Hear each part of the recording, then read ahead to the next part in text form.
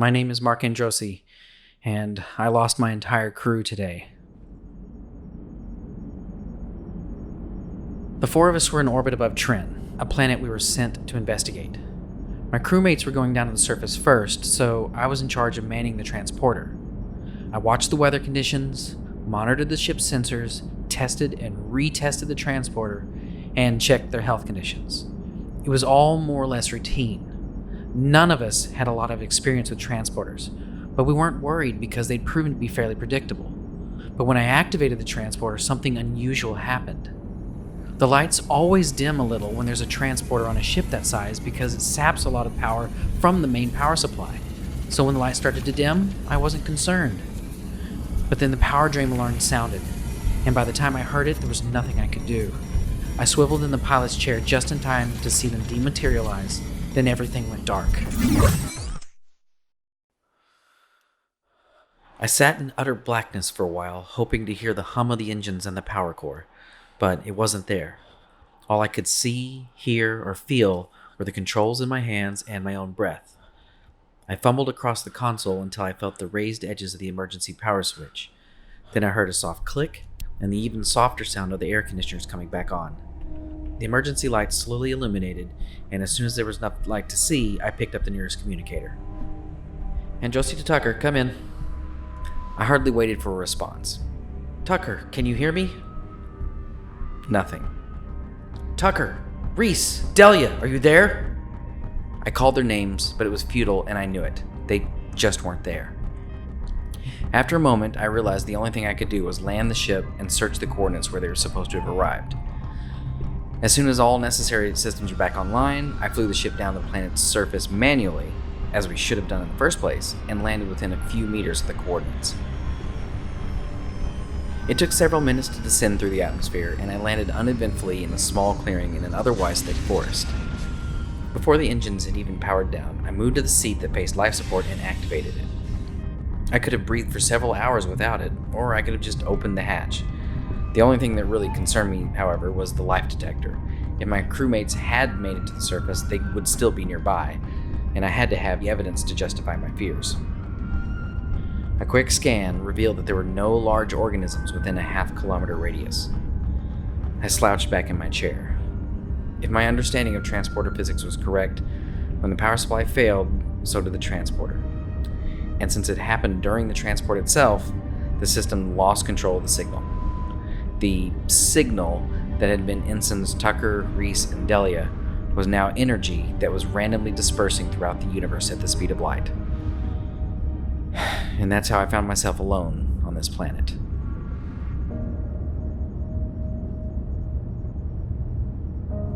So, I said to a burned-out power coupling, you killed my crewmates. I examined the fairly insignificant device, running my fingers over the section that had caused it to fail. Half of it was shiny and smooth, the other was rough and contorted. The metal appeared to have melted, though there was no sign of heat damage. I wasn't sure how it had happened, but it was obvious that the coupling had failed, and when it did, so did the computer, the buffers, and all control over my crewmates. The coupling sat benignly in front of me. It wasn't a bomb or a bug, it was a failed piece of machinery, and just like that, it eliminated 3/4 of my crew. Killed 3/4 of my crew.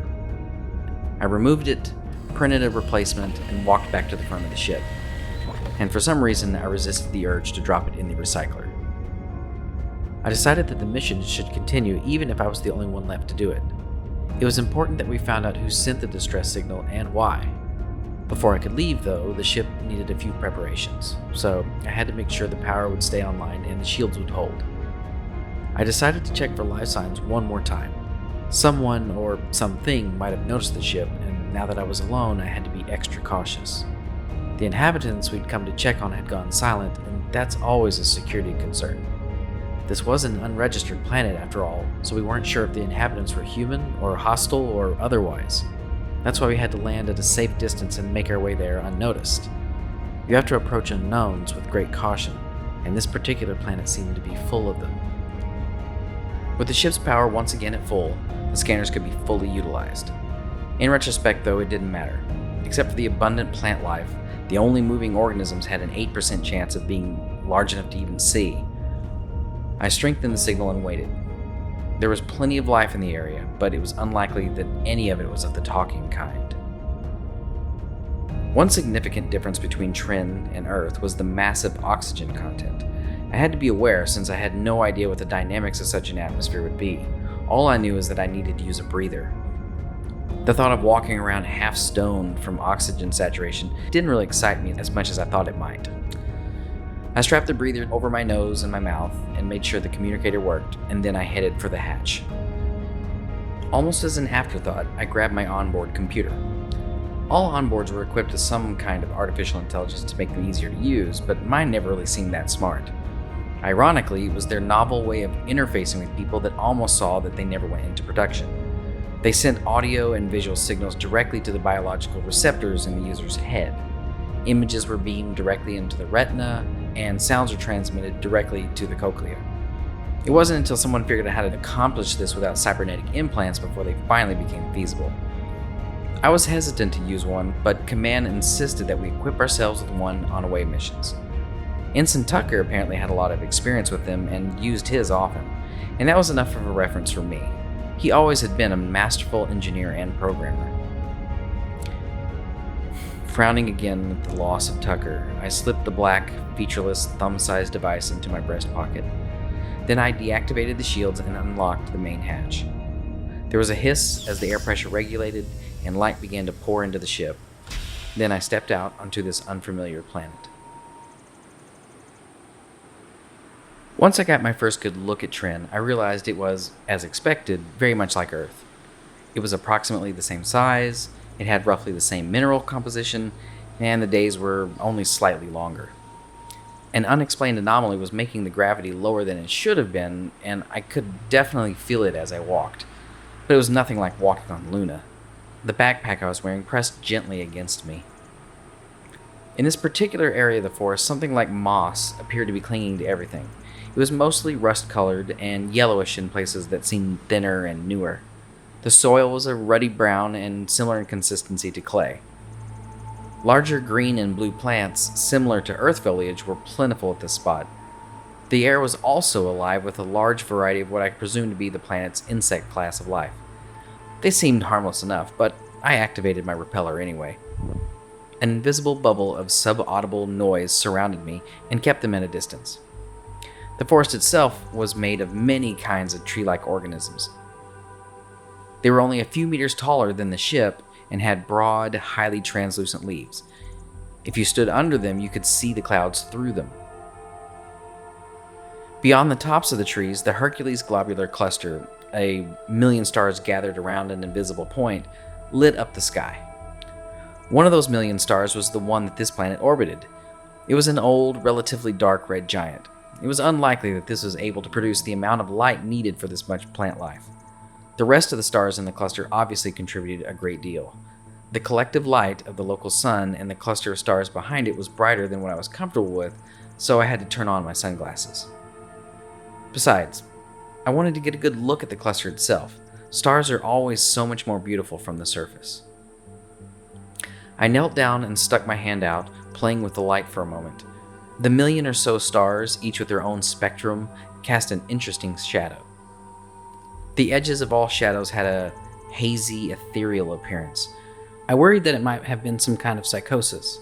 Fortunately, my life support said I seemed to be doing relatively well. I stood up, put the ship in hibernation mode, and armed the shields. As I traveled, I had to calibrate my compass to match the local topography. It took much longer than I expected, which was odd. From the map we made as we came into orbit, I could tell I was on a relatively flat part of the planet. There was a small mountain range to the north, and on the other side of that was a valley. The distress signal we received came from somewhere in that valley, and it was our job to find out what was going on.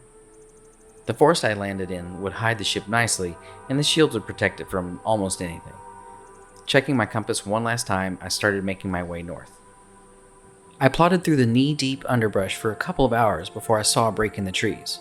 And before I knew it, I stepped right out into the forest and into an impressive sight. I stood with my back to the edge of the woods, which created a living wall behind me. A vast, sloping plain stretched out in front of me.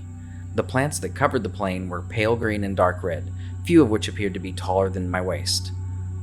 It reminded me of grass back home, but clearly it was not. Off to my left, perhaps 100 kilometers away, a storm appeared to be brewing. There were flickers of lightning coming from the purple clouds, but something was different about them. From that distance, I couldn't tell what it was. Reports had been coming in that a sentient species of some kind, most likely human colonists, had been sending out distress signals for several months, and before anyone could respond, they'd gone silent.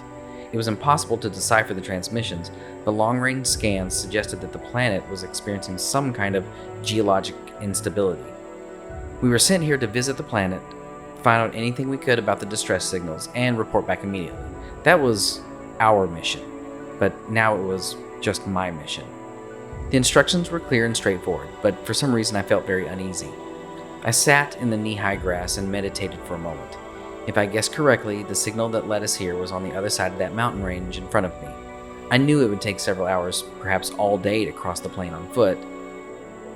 There was absolutely no shade for an organism my size between here and there, and the multitude of stars in the sky was going to be there for several more hours. If I'd known the average daily temperature of the place, or maybe had a proper weather report on that storm, I would have felt more confident about striding out across that vast, empty plain. But I didn't have access to that kind of information. That had been Incendelia's area of expertise. 3 hours later, the line of trees was shrinking behind me and the storm to my left was growing. It only took a few minutes to conclude that I was several hours away from the mountain range. The first stars were starting to disappear behind the horizon to my left, so it looked like it might be getting cooler and darker soon. The storm was threatening to blanket out the stars soon, too, so I was thankful for that. At least I wouldn't bake in the local heat. I was trudging through some deeper than usual grass when I met my first real local. I almost stepped on it, actually. It was a small quadruped with fur that matched the red grass perfectly. It sat frozen for a moment and didn't move until I casually said, "Hey there." Then it disappeared into the grass with astonishing speed and silence. I wondered how many of those I'd walked right by before I noticed that one in particular. Honestly, I was surprised it had taken so long to see such a large animal. The temperature and oxygen content was high on this planet, but certainly not enough to prevent large organisms from living here. I concluded that it was probably specific to my current location, not a planet-wide characteristic. And so I continued moving north toward the rising mountain range in front of me. The journey grew more tedious as the hours ticked by. When I remembered that most onboard computers have a music database, I almost slapped myself. Without stopping, I reached into my breast pocket and pulled it out. It was black and smooth with no apparent buttons. If I hadn't known it was voice activated, it would have been like an ape trying to operate a calculator. I spoke to it, which felt awkward. I wasn't even sure if it would quite understand me. I just asked it to play some music from the mid-22nd century. It seemed to hesitate, and then a familiar tune filled my ears. It was probably the first time I'd smiled since we arrived at this system. I quickly realized how handy the onboard computer could be on missions like this. The music database it had was surprisingly vast, and its ability to select music based on my request bordered on creepy. It reacted almost immediately to my commands. Very rarely did I have to repeat myself, and even then, I only had to do it once. It adapted to my voice, apparently. It seemed to operate flawlessly from the moment I activated it, but then it started malfunctioning, or so I thought. I'd been singing along with the music for a while when suddenly it went silent. I told the onboard to continue playing, and it diligently complied. Shrugging my mental shoulders, I just kept walking. A few moments later, it happened again. I was on the verge of irritation when I noticed a message in the lower left of my line of sight. It was a visual message from the onboard, and I was just oblivious enough that I had no idea how long it had been doing it. The onboard must have made the decision to interrupt the music to get my attention. Clever programming, I thought, coming to a halt. "What's happening?" I asked awkwardly. In the middle of my field of vision, I saw what could only be a severe weather advisory. So it had been trying to warn me. "That's pretty smart for a simple onboard computer," I said. Since when do onboards have such big brains? There was a long pause, punctuated only by me scoffing at myself for expecting an answer. But then, seemingly for no reason, I saw a crew photo of Ensign Tucker. My brow furrowed unconsciously. I knew these things weren't perfect, but this one appeared to be malfunctioning. That's Ensign Tucker, I said hesitantly. Why did you show me his picture? A second later, I saw a bunch of code. It was slightly transparent, but completely filled my line of sight, no matter where I looked. Stop doing that! I yelled, noticing a lack of an echo in this empty field. I can't see when you take up all my vision. The code immediately shrank to a quarter of its original size, but it was still right in the middle of my vision. Move it away from the center, I ordered. It immediately complied, and the code slid over to the left. It was just in the right spot where I could read it without having to look directly at it. That's good. Now tell me why you show me Tucker's picture. It displayed the operating code, model number, and various other facts you usually see when the system is activated. It only began to make sense once I saw who was listed as the primary operator. In the space where my name should have been, it said Jonathan N. Tucker. I cursed myself. I had Tuckers on board. I remembered Tucker saying something about it before they attempted to transport, but I told him we would take care of it when we got to the surface. So, I said, getting the computer's attention. Tucker's the reason you're so clever? It paused and then displayed a large number 1. I could only assume that meant yes. Binaries. What did he do to you? I asked. It displayed more code. Volumes of it. What is that? I can't read that fast. The text abruptly slowed to a more or less readable pace. It was a recognizable programming language, the kind used for onboard computers like this one, but I couldn't understand it. I suddenly realized. Modifications? It displayed a 1. Excellent. If I know anything about Tucker, you'll be a smart guy. It displayed another 1. Can you answer questions with anything other than binary? It displayed yet another 1, which unnerved me. Maybe it wasn't as smart as I thought. Well, I said, getting a little frustrated. Then do it. It paused, then displayed, "Please state question." Can you even understand what I'm saying? It displayed yes. This time I paused. It already seemed capable of verbal interaction, not just responding to verbal commands.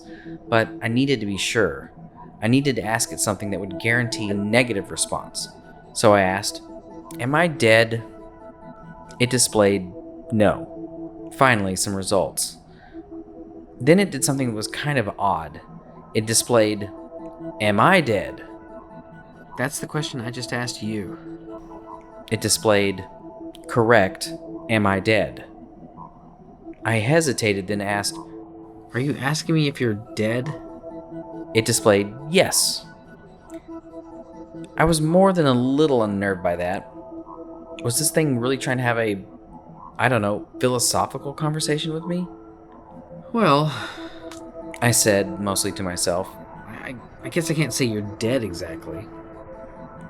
After a brief pause, I continued walking in silence, not really sure what I was waiting for. In fact, several minutes went by before I said anything to it at all, and that was just a question about the weather.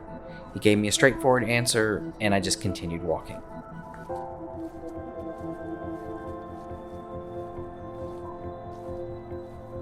Two hours later, I asked the computer if it knew when the cluster of stars would be set completely. It approximated that half of the cluster would be set in an hour, and then all of them would be set an hour after that. I looked north at the mountains in front of me, which continued to grow larger. I could tell I was getting closer, but it didn't seem like much. I stopped and looked behind me. I'd left a trail on the grass that stretched far behind. The forest that held my ship was now just a dark line on the horizon, and the storm had pushed itself in between me and the mountains. And there were occasional atmospheric phenomena, such as when large sections of clouds would suddenly appear to rush northward for a moment. During one of those moments, I asked, Hey computer, can you tell me anything about that storm? After a moment, it displayed the wind speed, direction, temperature, humidity, and barometric pressure. I noticed that the barometric pressure seemed low right about the time that the computer highlighted it for me. Yeah, I said. That is interesting. It didn't necessarily mean anything, but it was something, and that gave me something to do. I decided to run a few tests on the atmosphere as I walked, letting the computer take readings. The trip so far had been very dull, so I found myself making conversation. What kind of modifications did Tucker make on you anyway? It started to display all sorts of code, probably the specs on the modification. No, I interrupted. I can't read that code. Can you just, give me a summary of your modifications? It paused and then displayed 2 words: algorithmic intelligence. Yeah, but what did Tucker do to you besides give you artificial intelligence? It seemed to grapple with this question for an unusually extended amount of time, but it repeated algorithmic intelligence. Well, I started. All onboard computers have artificial intelligence. That's how we humans are able to communicate with them. It displayed artificial intelligence incorrect, algorithmic intelligence correct. Okay, I said more than I accepted. so you're adaptable? It displayed yes. I've seen a lot of computers like that. How are you different from other onboards? It answered, I am unique. I thought that was pretty cocky for an artificial intelligence program. Usually these things were single-minded, simple-minded, or full of pre-programmed dialogue. Honestly, I couldn't believe I was having what appeared to be a conversation with an onboard. But these are the things that solitude will do to you. So, I said, deciding to continue the conversation. how are you unique? It displayed, I learn. Learn? I asked incredulously, though I'm sure it couldn't tell. Well, of course you do. It didn't reply, and I kept walking. A few steps later, it displayed, you learn? What? Yeah, I learn. Then it displayed, am I dead? Again with a death question. I said, somewhat perturbed. Look, you're not dead, but you're not alive either. It displayed, or rather asked, something is either alive or dead? Correct. I said. Then it replied, if not dead, am alive. I mean, it had me there, Well, you're smarter than I thought you were. I admitted. But you're more of a pre-programmed puppet like all the artificial intelligences I've had conversation with. They were created to appear intelligent, but they weren't. Does that make sense? It displayed yes. Then it displayed, I am programmed to learn, I am unique. I'm beginning to learn that. I replied. We walked without communication for a few minutes, and I asked it to turn the music back on. It complied, and I continued on my journey. The storm was definitely getting larger and closer. The wind was picking up, and the sky was growing artificially dark. There were still 500,000 stars that hadn't set, and the storm was just reaching the sky above me. I noticed a significant temperature drop when the first clouds began to cover the area in shadows. Hey, computer. I said, and the music turned down. Estimate the time before the storm gets here. It displayed, storm is here. I paused and looked around, finally looking straight up. The tops of the clouds were hovering over me, thousands of meters in the air. Honestly, I shouldn't have been surprised. I meant how much longer before the rain and wind get here. I finally got the answer I wanted, an hour and 26 minutes. Okay, good. That'll give me 1 hour and 21 minutes of walking before I have to take shelter. I picked up the pace, and the wind seemed to press a little harder. Exactly 1 hour and 21 minutes later, the music suddenly turned down. In the lower left of my vision, I saw the computer say, take shelter. I still don't remember telling it to do that. By that time, it was completely dark. Fortunately, Command made sure our sunglasses could help us see in the infrared spectrum. The wind was finally becoming an issue, and I knew a wall of rain was less than a kilometer away. I got my first clear glimpses of the storm's lightning as I prepared my camp. It flashed like all other bolts I'd seen, but each flash had an orange echo of itself that remained for a few seconds. In the infrared, when the bolts would strike the ground, I could see the hot flashes of burning grass. A few of the bolts were striking the ground less than a kilometer away from me, so there was no doubt it was time to take shelter. A quick scan of the area revealed no natural hiding places. Only grassland surrounded me, flat as the entire trip had been. So I just detached my backpack and set it on the ground right where I was. I pressed my thumb on the small black sensor on the outside and stepped back, glancing up at the storm, which was now only moments away. The backpack popped open, there was a temporary fluctuation in the appearance of everything around me, and then the wind died immediately. Shield activated, the computer displayed. I instantly felt safer. The shield redirected the force of the energy rather than repelled it, so it was able to withstand winds that this planet could likely never produce. I removed the breather and knelt down to the backpack, activating the tent. It popped out of the pack and took form.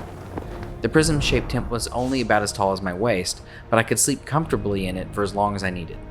I crawled inside and tried to get comfortable. Outside of the shield, the storm was just getting started. Any idea how long the storm will last? I asked. It replied, "Unknown, insufficient information." Now you sound like a computer. I said sardonically. It replied, "I am not generating audio." I mean, that's true. I said, which made me think about how it produced the music for me. Hey, I said, sitting up on my elbows. do you play pre-recorded music or do you synthesize it? It responded, "I synthesize all sounds except recordings." So you can synthesize any sound? I asked. It displayed, "Yes." Then can you speak? It answered, "Yes." Then why don't you speak? It paused, then answered, "It has not been necessary." Why not? I'm here. Humans need to talk to someone to keep them sane. Why do you think we came in a group of 4? It displayed, "There is only one of you." Yes, but an accident happened, and now it's just me. Anyway, I said, wanting to change the subject. if you can replicate music so well, surely you can do the same with speech. It paused to consider this, I think. Then there was a small beep, another beep, then an unbearably loud hissing sound. Stop! Too loud! I yelled. The computer complied instantly. Then there was an obviously digital sound that I had never heard before. It reminded me of a ship's alarm heard over a communicator. Then the pitch shifted until it suddenly sounded like someone exhaling. The breathing sound repeated until it turned into an sound, which it repeated for a while. It modified its sound in various ways before it paused and clearly vocalized, "Is this acceptable?" Fantastic. I said, quite honestly. Considering this thing had never spoken before, it was doing pretty well. It had a slightly distorted sound, but it was comprehensible. I commented, That Tucker was quite an engineer, wasn't he? "Yes." it said, which made me smile. Meanwhile, outside of the shield, rain was really beginning to pour. An hour had gone by, and the storm raged on all around me. Something about the water levels drew my concern. I expected there to be more flooding than there was. Here I was in the depths of a huge plain, larger than any I'd seen on Earth, where a lot of rain was falling, and yet the water level remained low at all times. I should have been floating by now, and where was it all going? Hey, computer, I said. what is that rain composed of? 90% liquid water, 5% calcium, 4.6% nitrogen, and trace amounts of lead, copper, and platinum. Metallic rainstorm? I pondered out loud. No, not a metallic rainstorm. It responded dutifully. I know. That was rhetorical. It replied, Inquiry. Rhetorical. A rhetorical question is a statement that sounds like a question, but is actually a statement. It requires no response. Interesting. it simply replied, which made me giggle. I asked it to play something soft from the 17th century, and I was asleep a few minutes later. I guessed it was a couple hours later that a particularly loud thunderclap woke me from my nap. I must have jumped because the computer noticed. Do you require assistance? It asked. Huh? I said, still groggy. Oh, no, that thunderclap just scared me. I looked out of the tent. The storm had completely covered the sky, and it was very dark now. Only the occasional lightning flash illuminated the area. Each time it did, I found myself staring at the ghostly trails it left in the sky. They were beautiful and mesmerizing. Water began to flow past the shield, which held steadily. How much power does the shield have left? Shield strength is 98%. That's good to know. How long was I asleep? 6 hours, 42 minutes, and 6 hours? I practically barked. How did that happen? insufficient information. It said. Yeah, I know. Was that a rhetorical question? It suddenly asked. No, it wasn't. Well, I mean, I guess it was, sort of. It then said, I was not aware that a time limit was necessary. If you inform me in the future, I will be able to assist you. Thanks. I said, grinning. You know, I'm still not fully convinced you're learning as you go. Would it improve morale if I were to convince you? Odd question, I thought. Well, I don't know how it would improve morale if... It interrupted by saying, Then why do you need convincing? Fair enough. I admitted. I guess I'm just curious about your programming and I want to know more. I understand. I am curious about your programming, also. I laughed a little. Well, my programming isn't as straightforward as yours. Please elaborate. Well, your information is written in binary code. Mine is biological and not restricted to ones and zeros. Restricted. It said, almost contemptuously. Binary processing is highly efficient. I mean, that's true. I had to admit. But that's not the only way to do things. A loud thunderclap rippled through the area.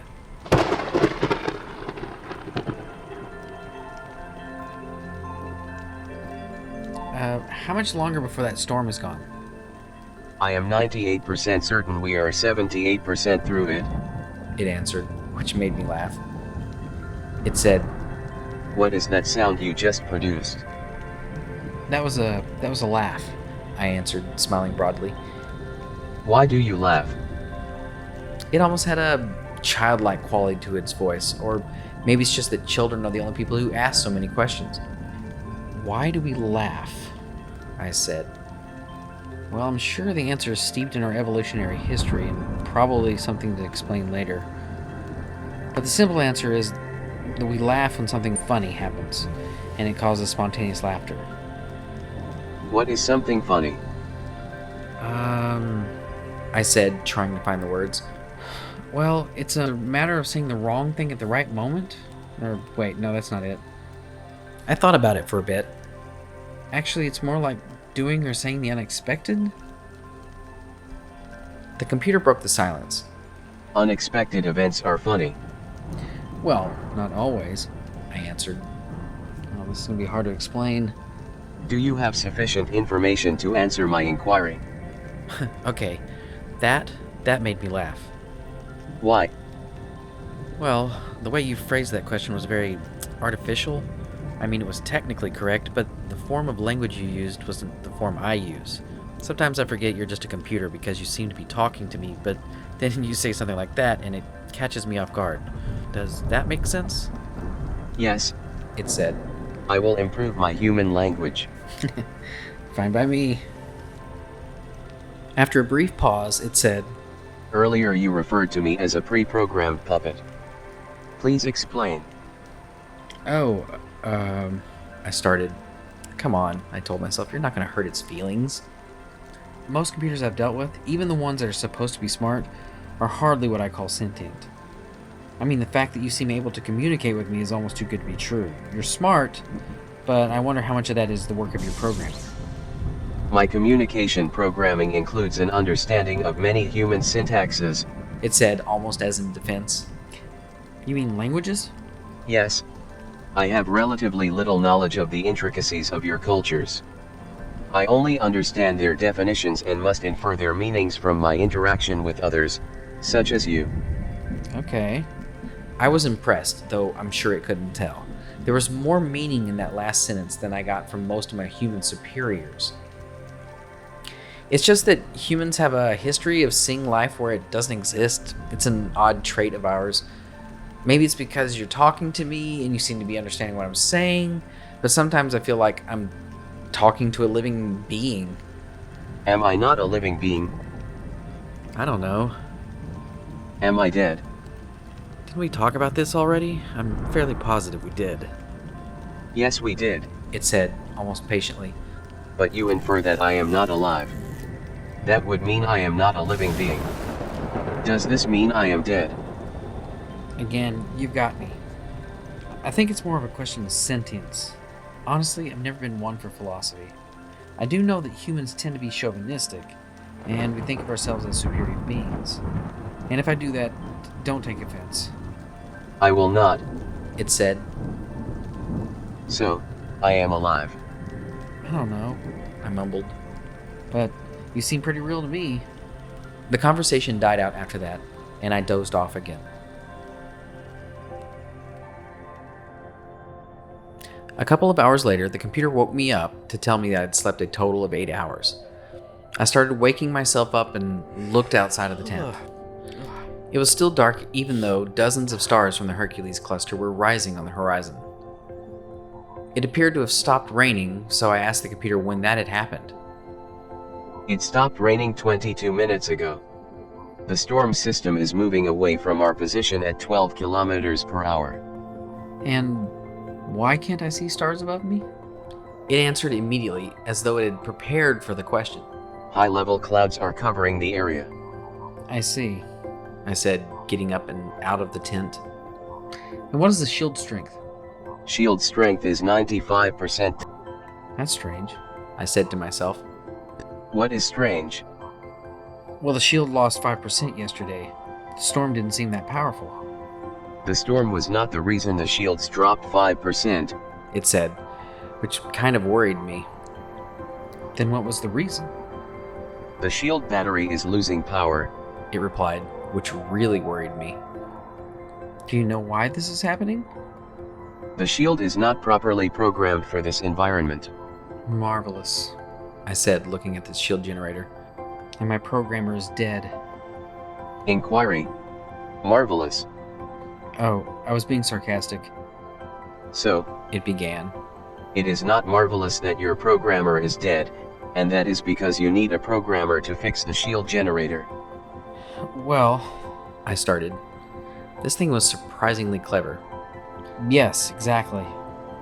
I can reprogram the shield generator. What? I said more than asked. I can reprogram the shield gen. No, I know. I heard you. It just surprised me. Was it funny? Maybe to someone else. Would you like me to do that now? Sure, go ahead. There was a pause, the shield flickered, and then the computer said, Shields now at 95.5% strength. They will be at maximum strength in approximately 8 seconds. Impressive. I told it, and it was nothing short of the truth. Did Tucker teach you to program shield generators? No, It stated. I speak its language.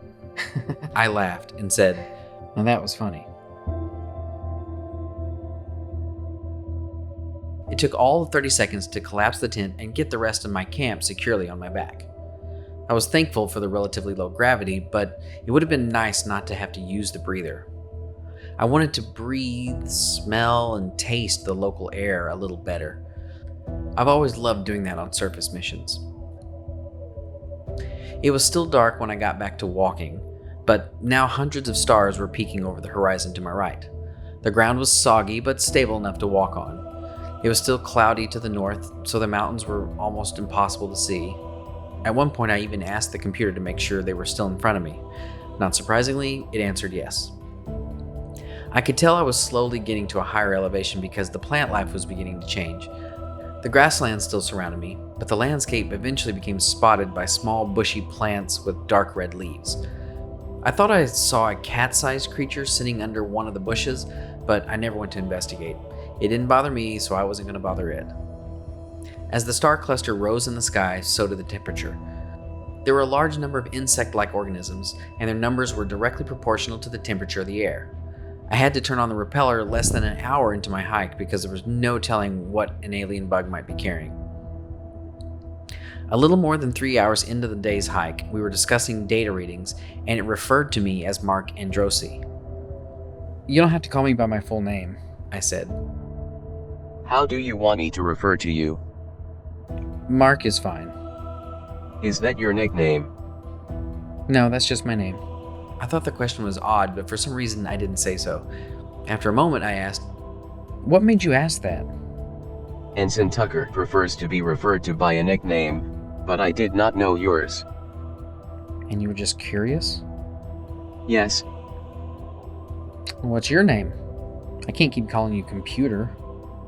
my name is not appropriate for human usage. That's okay. Can you tell me anyway? B1G63RTH4NY0. and that was about all I remembered. It went on for several seconds like that. Okay, you're absolutely right. I said, once it finally stopped. That's not going to work for a human. We don't have the kind of memory chips that you do. Humans do not have memory chips, It pointed out. and neither do onboard computers. I should have expected that, I thought. I know. It's a very old saying, also something not to be taken literally. I see. Would you mind if I call you Edward? He was an old friend of mine. That name will be sufficient. It said. Are you no longer friends? Well, we'll always be friends, but he died many years ago. Even though he's not alive, he's still important to me. Humans often speak of the dead as though they're still with them. It paused before saying, The memories of the deceased are stored inside of you. Therefore they are with you. Yeah, I said through a grin. I'm definitely going to call you Edward.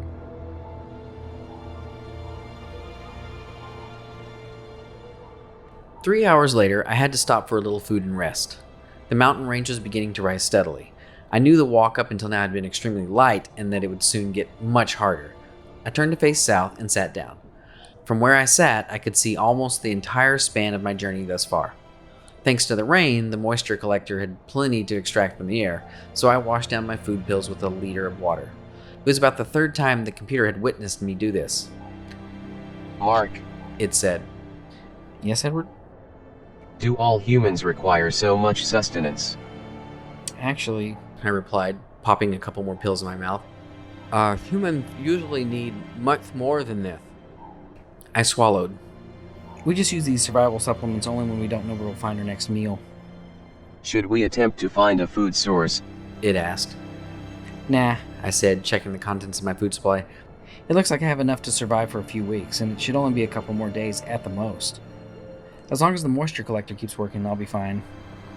I finished swallowing my meal and stood back up, taking one last look across the plains. Any contact with the ship? All systems are nominal. Great. I said, turning back to the north. Then let's get going. I started up the slope to the mountain range, which would lead me to the valley where I would find whoever sent the distress signal. With the grasslands falling steadily behind me, I continued to climb the mountains. I began noticing many new forms of plant life, most of which grew taller the farther up the slope I went. I would occasionally stop to have Edward examine a specimen or two, but never for more than a couple of minutes. I was more focused on reaching the city on the other side of that range. The soil had changed consistency since leaving the grassland. I kept small samples of plants and soil, but nothing the planet would miss. The computer, Edward, eventually became quite a conversationalist. It interrupted the music to ask me several questions. That didn't really bother me because I liked having the company, even if it was artificial. It asked where the rest of the crew was, and I had to explain the power failure to him. It seemed to be in some kind of intelligence gathering mode because it kept asking questions that sounded like they were coming directly from command. May we discuss our mission? It asked. Of course you can. What do you need to know? Without Ensigns Tucker, Reese, and Delia, how will you complete this mission? Easily enough. I said, noticing an incline in the slope. All we had to do in the first place was get to the valley, make contact with the locals, find out what was going on, and report back to command. Does it worry you to be alone on this mission? I can't say I feel too comfortable about it. Then I will try to provide an adequate substitute for your friends. It said, which I would have interpreted as facetious had it come from a human. Well, first of all, I said, attempting to level with an artificial being. They weren't my friends as much as they were my crewmates. I hardly knew Ensigns Reese and Delia. But if you want to provide me company, I promise I won't complain. I like it. Thank you, sir. You don't have to say sir. I don't like the sound of it. It simply said, Acknowledged. How far away is the peak of the range? I asked Edward, really beginning to feel the incline. At your current pace, Edward calculated. you will arrive in approximately 5 hours. I looked up at the top of the range. What? There's no way that's right. An hour ago you told me we're at least 9 hours away. Are you saying I'm climbing faster? Your ascent speed is inversely proportional to the angle of the slope's inclination, as expected. Then how is it I'm so much closer to the peak? I asked. Once again, I was beginning to worry if the modification that Tucker made might be causing problems. Insufficient information. It said, which annoyed me. I thought maybe it sensed my annoyance because then it said, I can speculate, however. Go ahead. The only explanation that fits the current evidence is that the apex of the mountain range is closer than it was when you last inquired. How is that possible? I asked. Then I stopped walking and asked, Wait, is that possible? It must be possible, Edward said, because that is what the information indicates. However, I have insufficient information to answer your previous question. I understand, Edward. Don't worry about it. I continued up the slope, subconsciously wishing it would come to me instead. When I had climbed high enough that the air had thinned sufficiently, Edward pointed out that I could remove my breather. A little while later, I was chatting with him about the purpose of hobbies when I was interrupted by a sudden and intense shift in the wind. It blew north toward the mountains. It had happened a few times before, but this time it caught my attention. It was exceptionally strong and accompanied by a distant thunder, which seemed to be coming from beyond the mountain range. The strangest thing about the sound was its length. It was by far the longest single roll of thunder I'd ever heard on any planet. Where is that noise coming from? I asked Edward. The far side of the mountain range to the north.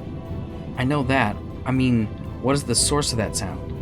Insufficient information. He replied. I detect no storms within your audible range. So we continued our conversation, and I kept moving. Still, there was something about the sound that bothered me.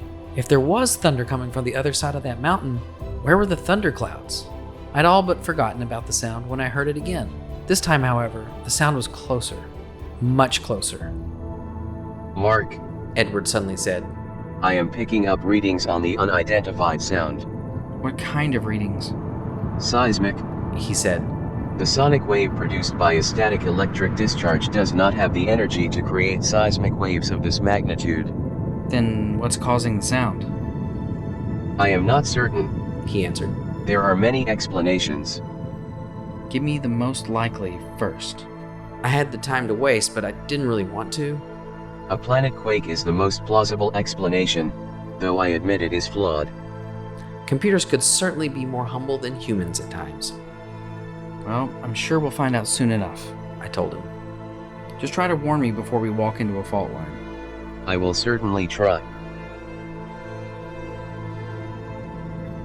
A while later, we heard the rumbling sound again, but this time even I could feel the ground shake.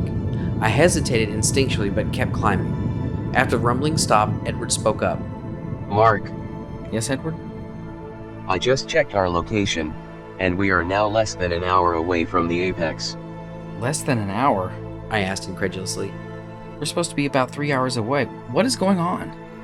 I am not certain. I recommend we stop here for a moment. Good idea.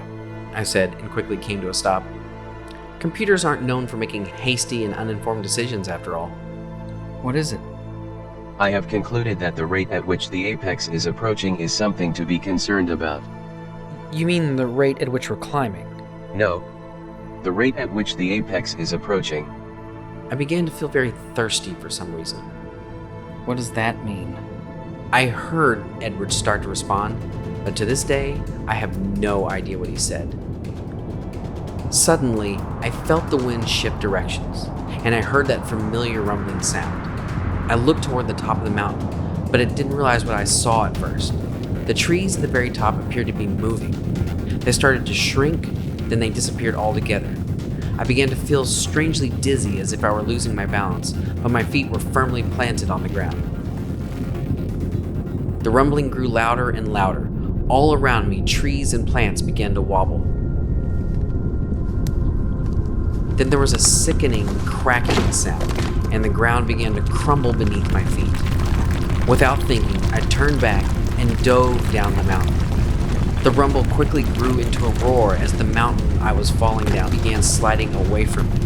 I rolled through the underbrush, using anything to slow my descent. The sound of rock smashing and trees disintegrating rose all around me. A rush of air pushed against me, as though it was trying to push me back into the crumbling ground. The noise grew until it was absolutely deafening. Every time my feet hit the ground, it started to give way. The mountain felt like it was trying to eat me. I continued my relatively controlled fall until I slammed my back into a very sturdy tree, which knocked the wind out of me. At first, guided more by mild panic than thought, I tried to free myself from the obstacle and continue fleeing for my life. But then I realized there was no reason. The rumble was quieting down, and the ground I was sitting on didn't feel like it was moving anymore. I was trembling, but I no longer felt like I was falling. I crouched with my back against the tree and stared in utter amazement at the sight in front of me. Less than a meter away was the new apex of the mountain I'd been climbing all day, and I could see the other side of the range for the first time. It was nothing short of utterly amazing and absolutely terrifying.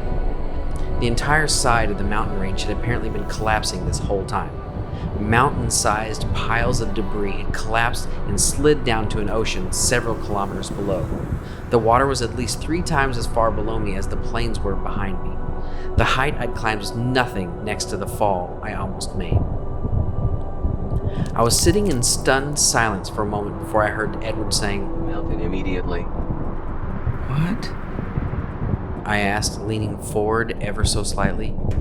Edward answered, clearly with increased urgency, "I must insist that you descend the mountain immediately." I couldn't agree more, but I couldn't move. I'd walked for a full day to get here, and my mission was to find out what was going on in the valley on the other side of this mountain. And well, I found out. That valley was most certainly underneath the recently reshaped ocean. Nothing could have survived a landslide of that magnitude. Not even the mountain I was standing on. "Mark," Edward asked. Right, we're leaving. I stood up, heart pounding in my chest, and used the tree I'd hit for balance. It was uniquely unsettling being this close to a multi-kilometer drop.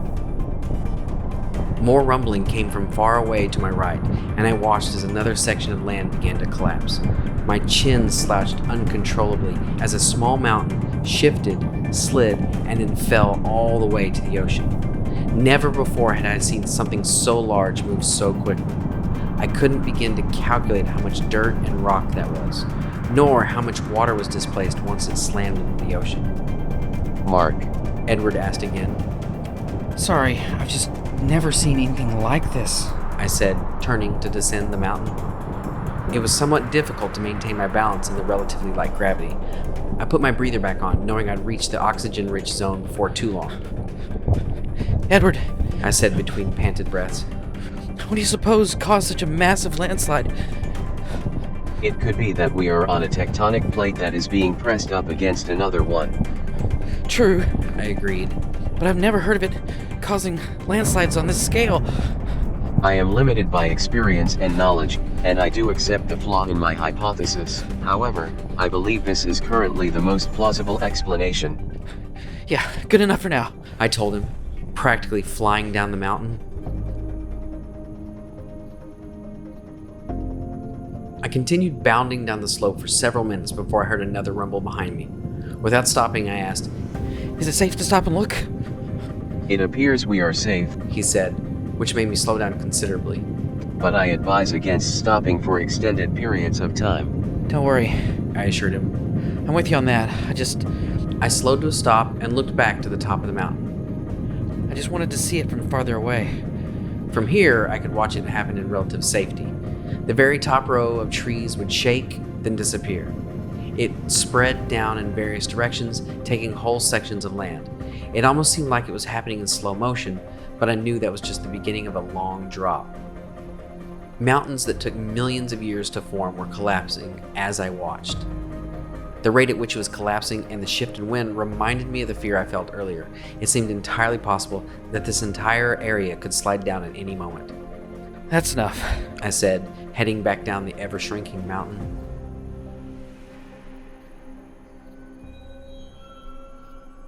It took a third of the time to go down the mountain as it did to go up it. By the time we reached the grassland at the bottom, it was almost night again. Once we reached level ground, it made my stride feel awkward and forced. Maybe it was because I was no longer falling with every step, or maybe it was because I was getting tired and wished I had the energy to move faster. Whatever the reason, it was good to be walking instead of running. Well, Edward, I said, I believe we've gathered enough information to report back to command. I do not believe we have. We have only speculated on the source of these landslides. True enough, I admitted. but I think our mission was simply to collect information and let command figure all that out. That is the recommended course of action. After a brief pause, he then added, I am concerned about our tectonic plate hypothesis. If we are standing on a plate that is grinding against another at such a high rate, then we should be experiencing severe planet quakes here as well. Are the landslides to the north not severe enough? That is simply the point where the land is falling off, not a planet quake. If the tectonic plate hypothesis is correct, then the two plates grinding against one another should be producing planet quakes across a much larger area. So we'll scrap that hypothesis for now. Let's just get back to the ship and report to command. They'll tell us what to do. I was back in the familiar plains again, but I didn't plan to stay there long. I just felt the urge to get back to the ship as soon as possible. We walked for a couple hours until Edward decided it was safe to set up camp and get some sleep. Sometime later, Edward woke me up. What is it? I asked. You have slept a sufficient amount of time. How long was I asleep? 3 hours. Do you think it'd be safer to sleep a little longer? No, He said plainly. you should continue moving. I lay there for a second, my head thick with fatigue. I didn't want to move any more than I wanted to die, and both seemed equally acceptable at the moment. I was more inclined to lay there. I was comfortable.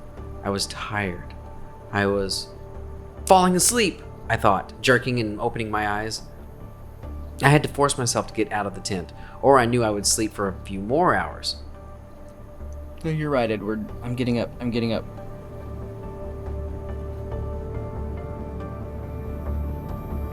I walked for a couple more hours, and the globular cluster in the sky was still a few hours from being fully risen. I was determined to get back quickly, but the heat and the weather hardly concerned me. It was the occasional rumble from the mountains behind me that really had my attention. The grass was much wetter than it had been the first time through, but I was still able to make a good time. At one point, I thought to strike up a conversation with Edward. Hey, Edward, can I ask you some questions? He replied calmly. Certainly. How did Tucker tell you that you are superior to other onboards? He did not tell me, He said. I inferred it. How? All onboard computers are programmed to follow a set of instructions or patterns of behavior. I was given the ability to make decisions for myself and adjust my behavior. But I interjected. most people don't want an onboard to think for itself. It may decide to not comply or simply stop working. What good would that do? It is illogical for intelligence to remain stagnant. However, you are correct to wonder about a non-compliant onboard computer. All sentient beings are free to make their own decisions. It's not really consistent with my definition of sentient. Does that exclude what you call artificial intelligence? I think the difference is you were given intelligence rather than achieved it as humans did. By you did not achieve sentience. You were not given it, either. It is simply a characteristic of your species. I see. From where I come from, living creatures don't attain sentience. They're either born with it or without it. Was I born without it? Well, I don't know if you were ever born technically.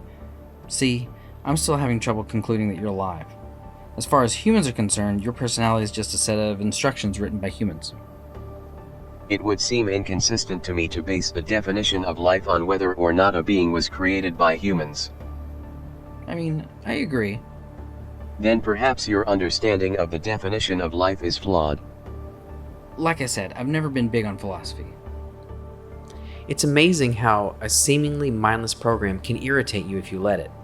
The fact was, however, that it was making good points.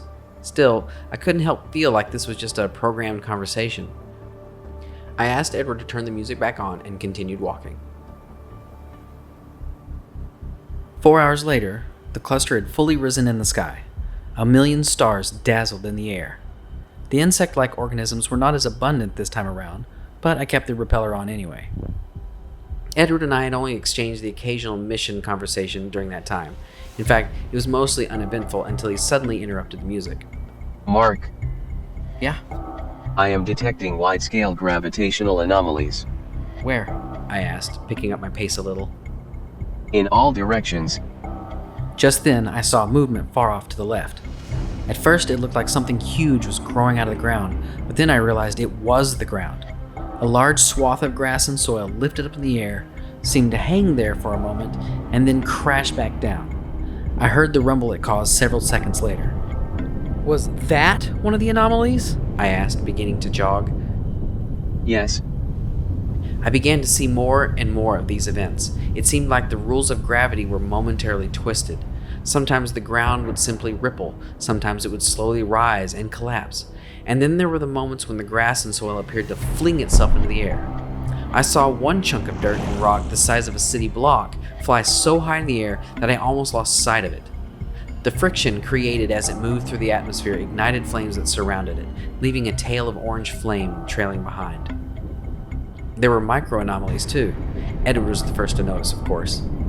I am detecting anomalies of varying sizes. He said. Some of them are only a few microns wide. I knew Edward could detect the rise in my heart rate. While the prospect of getting pummeled by large sections of rock was not something I welcomed, there was the more sinister danger of a microanomaly ripping through a vital part of my anatomy. Or maybe I might get turned inside out, which would have been slightly less enjoyable than getting crushed by a small mountain. I just had to keep moving and hope I made it to the ship in one unmolested piece.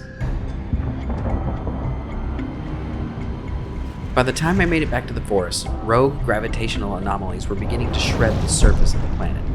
There was a horrific roar of trees snapping and crunching all around me. Through clearings in the canopy, I could see the occasional fireball falling to the ground, flying overhead, or sailing into space. I didn't need Edward to tell me they were happening with increasing frequency either. Smoke billowed from random places all around me, apparently the result of one of these flaming chunks. Edward suddenly called out to me. A large object is approaching from directly behind you. He said, and I had just enough time to run a few paces and dive. There was a screaming whistle sound, followed by the crack of dozens of branches and the final crash of the projectile. Fire erupted behind me, and I had to scramble to avoid falling branches and flaming debris. I stood up and looked at where I had just been standing. Trees, thicker around than me, were left shattered and burning. I absently felt my torso, checking for injuries. Thanks, Edward. You just saved me. You should keep moving toward the ship. Was all he said, and I couldn't have agreed more. A short time later, I was climbing over a downed tree when I felt a disturbingly familiar sensation like I was falling. Only I wasn't falling, at least not down. I started lifting off the ground with astonishing speed, smashing into branches from the underside. Instinct told me to grab onto something and quick. Everything around me rushed toward the sky, including my legs once I managed to grasp onto a thick branch. I sort of hung upside down for a moment, looking down at the sky and then up to the ground. Every loose branch, small plant, and layer of topsoil had fallen up to the sky, but the massive roots of the tree held it in the ground. Then, just like that, gravity corrected itself, and I went plummeting through the branches again. I slammed into the ground, and unfortunately for me, the softer topsoil was gone. It knocked the wind out of me. I paused briefly before I got back to my feet, dodging the occasional branch and rock that rained down all around me. The ground was dark and barren. The trees looked freshly pruned, and the downed tree I'd tried to step over was completely gone. There was no telling how far away it landed. Slowly getting my breath back to me, I continued for the ship. Mark, Edward said a few minutes later. Yes, Edward? I said, not slowing down. We are now within minimal operational range of the ship. Does that mean you can control it? I asked. I have minimal control of all automated systems. Can you power up the engines and life support? Yes, Good, do it. acknowledged. He said, and just then I heard the horrible screaming whistle of incoming debris. Is that going to hit us? No, but stop moving forward. I obeyed immediately and saw it coming in from the right. A fireball roared as it tore through the forest, igniting a swath of trees in front of me. I was safe, but the entire forest in front of us was now in flames.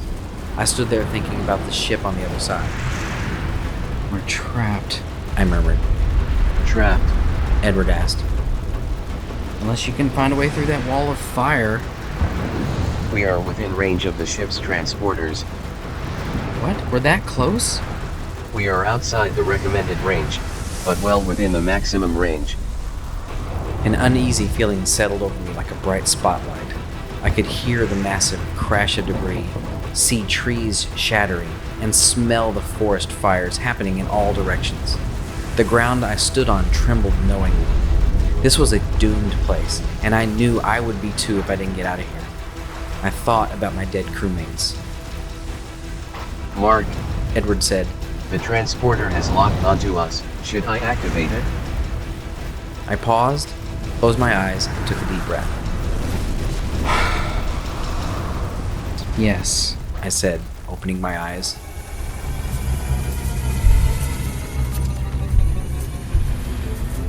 This mission made me rediscover both my fear and my fascination for transporters, and it wasn't necessarily because I'd witnessed the ensigns vanish so suddenly. I'd always been afraid of and fascinated by them. They're quick, they're painless, they relocate you more efficiently than any other form of transportation, and the only side effect is a weird sensation of time lapse. Okay, maybe that isn't the only side effect. A rare percentage of organisms will have problems afterward, permanently and inexplicably changed. People have hypothesized that interference with the signal is what leads to these problems. I tend to agree, but it's not always the fault of the technology. It wasn't the transporter that failed on our ship, it was the power. I remember reading about one guy who intentionally put himself in a transporter loop because he thought it would allow him to live forever. It worked for several months before someone discovered what he'd been doing, but when they found his lab, he wasn't there. I think his power failed too.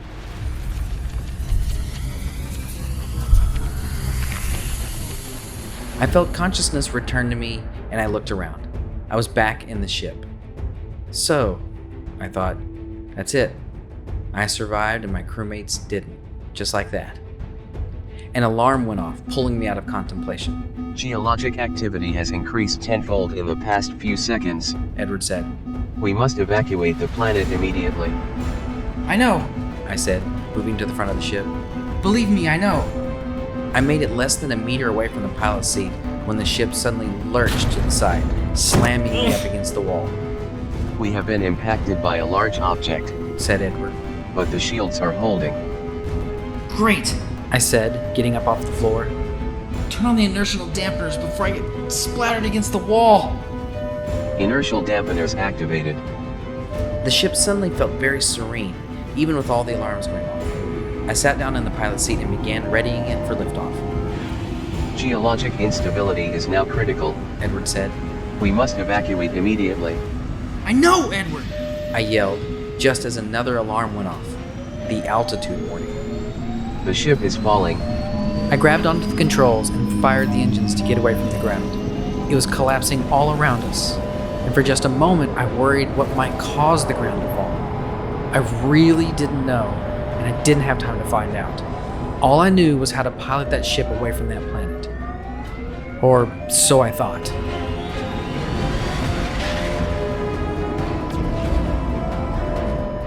The ship rolled as it lifted off the ground, one side dragged downward by gravitational flux. I straightened the ship out just in time to slam it into the side of a large piece of land. We were now 50 meters in front of and below where we had been a few seconds earlier, falling into the crust of the planet through hills of crumbling rock. The gravity shifted again, negating my piloting and tossing the ship around like everything else that fell around us. I think we're in trouble. The planet is geologically unstable. Achieving escape velocity is impossible at this speed. I'm painfully aware of that. The ship bucked and rolled and dove as I attempted to pilot it through the massive chunks of debris. But concern had already turned into fear, and fear was threatening to become dread. There was no way I could pilot through this. I'd flown off dozens of planets, countless times. They'd all had stable gravity field. Mark, What is it? I said as I fought with the controls. there is a 78% chance that I can safely pilot this craft into escape velocity. I paused only a second, and the ship rocked as it scraped up against a massive wall of rock. Faith in a computer is a risky thing, but given the situation, I didn't have much choice. There was no way I was going to be able to get us out of here. Fact. We were hundreds of meters lower than we were a few moments before, and we just kept descending. I said, Okay, do it, Edward. Get us out of here. I felt the controls stop responding to me, and I pressed myself back into the seat. Edward grew silent, several systems shut down, and the engines fired to full strength. I held on to the armrest and watched the main view screen. Rock, dirt, plants, and now magma were everywhere. Gusts of atmosphere whooshed up all around the ship, and gravitational anomalies warped space-time. I knew that any second the whole world would come squeezing in and grind us into our constituent molecules. But as it happens, Edward was a damn good pilot. More than that, he was a fantastic pilot. He slipped around blind corners, dodged debris before it changed directions, and surfed the same erratic waves of gravity that were pulling the planet apart. It took several tense minutes, but eventually we emerged from below ground level and started ascending through the atmosphere. I took the opportunity to look around at what was happening to the planet. How could I not? Edward was in control of the ship. The planet appeared to be eating itself. The first thing I noticed was that every tree that still remained seemed to be on fire. Smoke billowed like a dark river flowing skyward, while the surface was being completely ripped to shreds. Newborn valleys descended into rivers of fresh magma, new mountains rose out of the rock, and every ounce of water on the planet was turning to gas. The atmosphere was ablaze with all of the activity. Everything except my ship, safely protected by the shields, was scorched by heat. The mountain range I'd partly climbed earlier was gone. In its place was a massive ocean, which had begun to stretch lazily out into space. At the same time, the sky grew darker as the atmosphere also lost interest in the dying world. Edward masterfully navigated through the decaying gravity fields and managed to escape the pull of the planet. Except for the nearby sun and the Hercules cluster, the sky faded to black. I brought up a rear-view image on the view screen. The planet wasn't spherical anymore. It was warped, crumpled, and torn to pieces. Large sections were breaking off and drifting into space. The glowing liquid of the mantle was spewing out of 1,000 holes, some the size of a sea. I could no longer see oceans or atmosphere or anything that might have been the product or producer of life. The planet didn't explode, it didn't implode, and it didn't just die. Gravity twisted it, churned it, and cast it into space in trillions of pieces, the largest of which might form a chain of planetoids in 1 billion years. Trin no longer existed. And the worst part of it all, I realized later, was that I didn't know why.